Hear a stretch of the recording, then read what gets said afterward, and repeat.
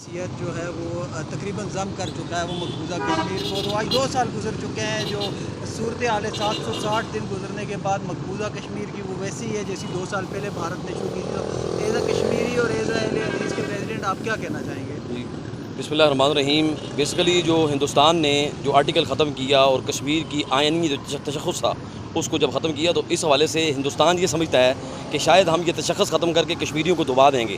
اب میں اس میڈیا کے وسادت سے آپ کو یہ بات بتانا چاہتا ہوں کہ کشمیریوں کو کشمیری ایک ایسی قوم ہے بحیثیت کشمیری جو ہندوستان کی 8 لاکھ فوج جب ان پہ مسلط رہی تو وہ کبھی نہیں ڈرے.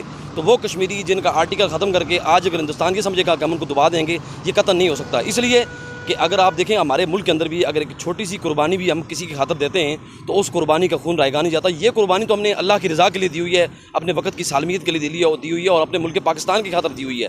تو اس قربانی کو یہ قربانی کبھی بھی دریغ نہیں ہوگی اور اس قربانی کو کبھی بھی جو ہے فراموش نہیں کیا جا سکتا. کیا دیکھتے ہیں مستقبل, کیا دیکھ رہے ہیں آپ؟ جس طرح کے اقدامات ہو رہے ہیں پاکستان کی جانب سے بھی کافی زیادہ اس پہ آواز بلند کی جا رہی ہے. عالمی فورم پہ مسئلہ کشمیر کم از کم ہمیں سامنے نظر آتا ہے, آپ دنیا بھی اس پہ بات کر رہی ہے. تو کیا مستقبل دیکھ رہے ہیں؟ میں سمجھتا ہوں کہ اس سے پہلے جو سابقہ گورنمنٹیں رہی ہیں ان کا تعلق جو کہ مودی کے ساتھ اٹھنا بیٹھنا ان کا یارانہ تعلق رہا ہے جس میں سرفہرست نون لیگ رہی ہے. ان کے بھی لوگوں کے ساتھ مودی کا آنا جانا وہاں رہا ہے اور بلکہ ان کی انڈسٹریاں اور فیکٹریز ہندوستان کے اندر ان کا کاروبار ہے, بزنس ہے. ظاہری بات انہوں نے تو کبھی کشمیریوں کے مسئلے کو حل کرنا ہی نہیں تھا. انہوں نے 70 سے 73 سال کشمیریوں کو رونے پہ رکھا ہے. تو بل جو موجودہ گورنمنٹ ہے عمران خان صاحب نے نیشنل اسمبلی میں جا کے یہ بات کہی تھی کہ کشمیریوں کا مسئلہ جو ہے کشمیریوں کی امنگوں کے مطابق حل ہوگا.